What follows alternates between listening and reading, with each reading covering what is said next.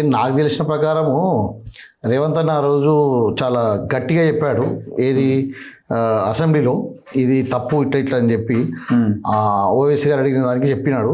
దానికి గాను వీళ్ళు ఆయన అంత సడన్గా అంత ఓవర్ రియాక్ట్ అయ్యి అల్లు అర్జున్ కొద్దిగా ప్రెస్ మీట్ పెట్టడం అనేది కొద్దిగా అభ్యంతకరం. ఎందుకంటే రేవంత్ రెడ్డి గారికి ఆయన కౌంటర్ ఇచ్చే దానికి చేశారు.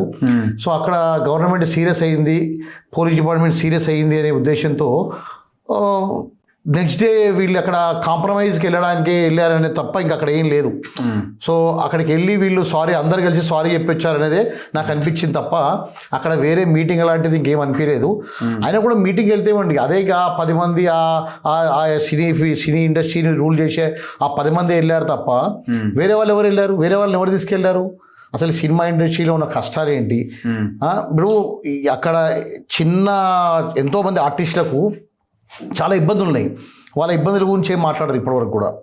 ఓకే, చలనచిత్ర పరిశ్రమలో చాలా చిన్న సినిమాలు రిలీజ్ కావు.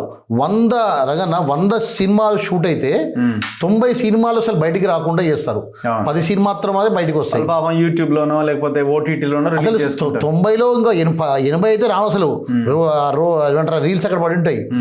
10 మాత్రం బయటకు వస్తాయి, 10 మాత్రమే అక్కడ ఓటీటీలో అట్ట చేస్తారు. ఆ ఓటీటీలో కూడా చేయడానికి లేదు కదా ఈరోజు. వీళ్ళు ఈ రూల్ చేసే విధానం అసలు మంచి లేదు. అసలు ఈ విధానాన్ని చేంజ్ చేయాల్సిన ఫస్ట్ బాధ్యత గవర్నమెంట్ మీద ఉన్నది. ఇంకోటి బెనిఫిట్ షేర్ వేయాలని చెప్పి అంటున్నారు. ఎవరి గురించి బెనిఫిట్ వేయాలి? అది ఒక విషయం చెప్పు. ఎవరి గురించి? నిర్మాత గురించో వాళ్ళకు బెనిఫిట్, అంతే కదా. ఎందుకన్నా రేపు పొద్దున్న ఇప్పుడు 300 రూపాయల టికెట్ 1300 రూపాయలు చేసి ఒకటే రోజు ఇప్పుడు 2000 కోట్ల కలెక్షన్ చేసుకుంటారు. 500 రూపాయలు 500 కోట్లు హీరో తీసుకుంటాడు, 200 కోట్లు హీరోయిన్ తీసుకుంటుంది, 300 కోట్లు డైరెక్టర్ తీసుకుంటాడు. అయిపోయింది సరిపోయిందని చెప్తారు, 200 కోట్లు సినిమా తీస్తారు. అంటే వీళ్ళ గురించి బెనిఫిట్ షో లేదన్న. బెనిఫిట్ షో వేసినప్పుడు దానివల్ల గవర్నమెంట్కు ఏ విధంగా ప్రాఫిట్ ఉంది, లేదంటే అట్లీస్ట్ గవర్నమెంట్కి ఇవ్వకున్నా కూడా కనీసం ఆ చలనచిత్ర పరిశ్రమలో చితికిపోయిన వాళ్ళ గురించి ఖర్చు పెట్టండి. చలనచిత్ర పరిశ్రమలో చాలామంది వాళ్ళకి ఎందుకంటే షూటింగ్ లేకుండా చాలా ఇబ్బందులు ఉంటారు. కృష్ణారావు వెళ్ళినప్పుడు వాళ్ళ యొక్క బాధలు చాలా ఉంటాయి. వాళ్ళ గురించి ఏమైనా ఖర్చు పెడుతుండ్రా? వాళ్ళకు ఈ బెనిఫిట్ షోలో వచ్చిన డబ్బుతో గవర్నమెంట్కి ఏమైనా బెనిఫిట్ ఉందా? బెనిఫిట్ అంటే ఎవరికి బెనిఫిట్? గవర్నమెంట్కి బెనిఫిట్ ఉండాలి. చలనచిత్ర పరిశ్రమలో చిన్నగా సినిమా వాళ్ళకి బెనిఫిట్ ఉండాలి. ఇలాంటి వాళ్ళకి బెనిఫిట్ ఉండాలి తప్ప ఉన్న వాళ్ళకే 1000 కోట్లు ఉన్న వాళ్ళకే మళ్ళీ 1000 కోట్లుగా చదివించే బెనిఫిట్ షో లేదనేది ఇప్పుడు డిస్కషన్ జరిగి ఉంటుంది. అంటే బేసిక్గా వాళ్ళ గురించి వాళ్ళు అడిగి ఉంటారా? అంతే కదా. అక్కడ పోయిన వాళ్ళు ఎవరు? టికెట్ల రేట్లు పెరగడం ఒకటి, బెనిఫిట్స్ ఒకటి, రెండు తప్ప వేరే ఏమైనా అడుగుంటారా? వేరే ఏమడుగుంటారు? అక్కడ ఏం అడగడానికి వాళ్ళు ఆయన ఆల్రెడీ అసెంబ్లీలో అంత స్ట్రిక్ట్గా చెప్పిన తర్వాత తెల్లారి వెళ్ళి వీళ్ళు ఎంత కాకబట్టినా కూడా మళ్ళీ మాట మారదు కదా.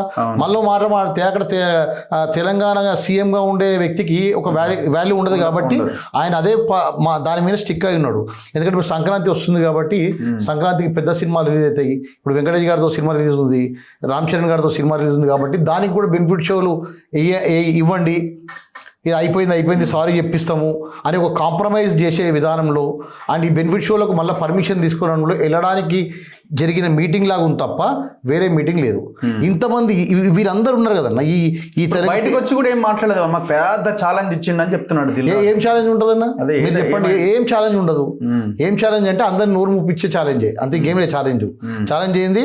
దిల్ రాజు గారికి ఒక టాస్క్ ఇచ్చింటారు, ఎవడన్నా మళ్ళీ మాట్లాడితే బాగుంటుందని చెప్పి. ఇదే పెద్ద ఛాలెంజ్ ఆయనకు. ఇప్పుడు ఆయన అందరికి ఫోన్లు చేసి ఆ మీటింగ్లు పెట్టి మీరు ఎవరేం మాట్లాడొద్దు అని చెప్పేది పెద్ద ఛాలెంజ్. అంతకంటే పెద్ద ఛాలెంజ్ ఇంకేం ఉండదని నేను అనుకుంటున్నా. ఇంకోటి, మరి ఇంత పెద్ద మీటింగ్కు ఇంతమంది డైరెక్టర్లు, ప్రొడ్యూసర్లు అందరూ వచ్చారు కదా, హీరోలు అందరూ వచ్చారు కదా. మరి ఈ 10 మంది 20 మంది 30 మంది ఎవరైతే ఉన్నారో పాపం, మరి అల్లు అర్జున్ ఇన్సిడెంట్ జరిగినప్పుడు అల్లు అర్జున్ ఇన్సిడెంట్ సరే యాదృచ్ఛికంగా జరిగిందా, కావాలని జరిగిందా, తర్వాత మనం ఒక్కొక్కటి ఆ వీడియో చూస్తుంటే నిజంగా ఘోరంగా ఉంది. అక్కడ ఏం జరిగింది అనేది పోలీస్ డిపార్ట్మెంట్ కూడా ఎప్పుడు బయట పెడుతుంది? వాళ్ళ మీనికి వస్తుంది అన్నప్పుడే బయట పెట్టింది. మాదేం తప్పులేదు చూడండి అని చెప్పి బయట పెట్టుంటే మనం గుర్తుంటే అన్న, మనము 4th ఇన్సిడెంట్ అయింది అనుకుంటా. మనం 5th రోజే వీడియో చేసినాం. ఆ రోజే మనం ఇక్కడ తొలి వెలుగు నుంచి డిమాండ్ చేసినాం. నేను ఆ రోజు నాకేం సంబంధం లేకున్నా కూడా నేను ఇద్దరికి 50,000 రూపాయలు ఇస్తా అని చెప్పి కూడా నేను డిక్లేర్ చేసిన, వెళ్ళి ఇచ్చేద్దామని అని చెప్పిన. మనకేం సంబంధం లేని వాళ్ళకి మనం చెల్లించినాము. వాళ్ళకి ఆ రోజు క్లియర్గా కూడా చెప్పినాం, 300 కోట్లు తీసుకునే హీరో ఒక 3 కోట్ల రూపాయలు ఇవ్వండి అని చెప్పినాం. కానీ ఆ రోజు 2 రోజుల వరకు కూడా వాళ్ళు ఎటువంటి ప్రెస్ మీట్ కానీ, ఎటువంటి కండోలెన్సెస్ కానీ, ఎటువంటి ఏది చెప్పలేరు. మరి ఈ 36 మంది ఈరోజు వచ్చింది కదా, ఎందుకు 36 మంది ఆ ఇంటికి వెళ్ళి పరామర్శించారు. ఇదే 36 మంది సీఎం రేవంత్ రెడ్డి దగ్గరికి వచ్చారు కదా. ఈ 36 మంది దాంట్లో ఒక్కరన్నా ఆ శ్రీతేజ పరామర్శించడానికి వెళ్ళలేరు, ఆమె చనిపోతే చూడడానికి వెళ్ళలేరు, ఆ ఫ్యామిలీని పరామర్శించడానికి వెళ్ళలేరు. గవర్నమెంట్ కూడా మెల్లగా రియాక్ట్ అయింది. తర్వాత 3వ రోజు 4వ రోజు అల్లు అర్జున్ ఆయన ఆడియో, అది కూడా ఏంటి, అక్కడికి వెళ్తే చాలా లీగల్లీ తప్పు వస్తుంది. ఎందుకు తప్పు వస్తున్నా? లీగల్లీ ఏం రాదు, కానీ మరి డైరెక్షన్స్ ఏమున్నాయో అంటే క్లియర్గా ఏంటంటే అశ్రద్ధ ఎవరు మాకేమవుతుంది అనే ఒక అహంకారంతో చేసిండ్రు. తర్వాత దాన్ని సరిదిద్దుకోవడానికి ఇంత టైం పట్టింది, ఇంత సీరియస్ అవుతుందని చెప్పి వాళ్ళు కూడా ఊహించలేరు. సో ఈ బెనిఫిట్ షోర్ అనేది మాత్రం కంప్లీట్గా వాళ్ళ బెనిఫిట్కే తప్ప నేనేమంటున్నా, మనం ఆ సీనీ ఫీల్డ్కి సంబంధించిన కాదు. నేను ఒక సామాజిక స్పృహ ఉన్న వ్యక్తిగా చెప్తున్నా, కనీసం వాళ్ళ సినిమా ఇండస్ట్రీలో బెనిఫిట్ షో వేసి ఆ డబ్బులతో గవర్నమెంట్కో లేకుంటే ఇంకేదో ఏదో ఒక వాళ్ళు బయటకు వచ్చి కూడా స్టేట్మెంట్ ఇవ్వచ్చు. అవును, ఇండస్ట్రీని ఎట్లా బతికించాలి, ఇండస్ట్రీలో సమస్యలు ఉన్నాయి, వాటి గురించి మేము మాట్లాడినామన్నా ఓపెన్ గా చెప్పొచ్చు కదా. అవునండి, ఇప్పుడు దిల్ రాజు FDC చైర్మన్ అయ్యాడు కదా. అవును.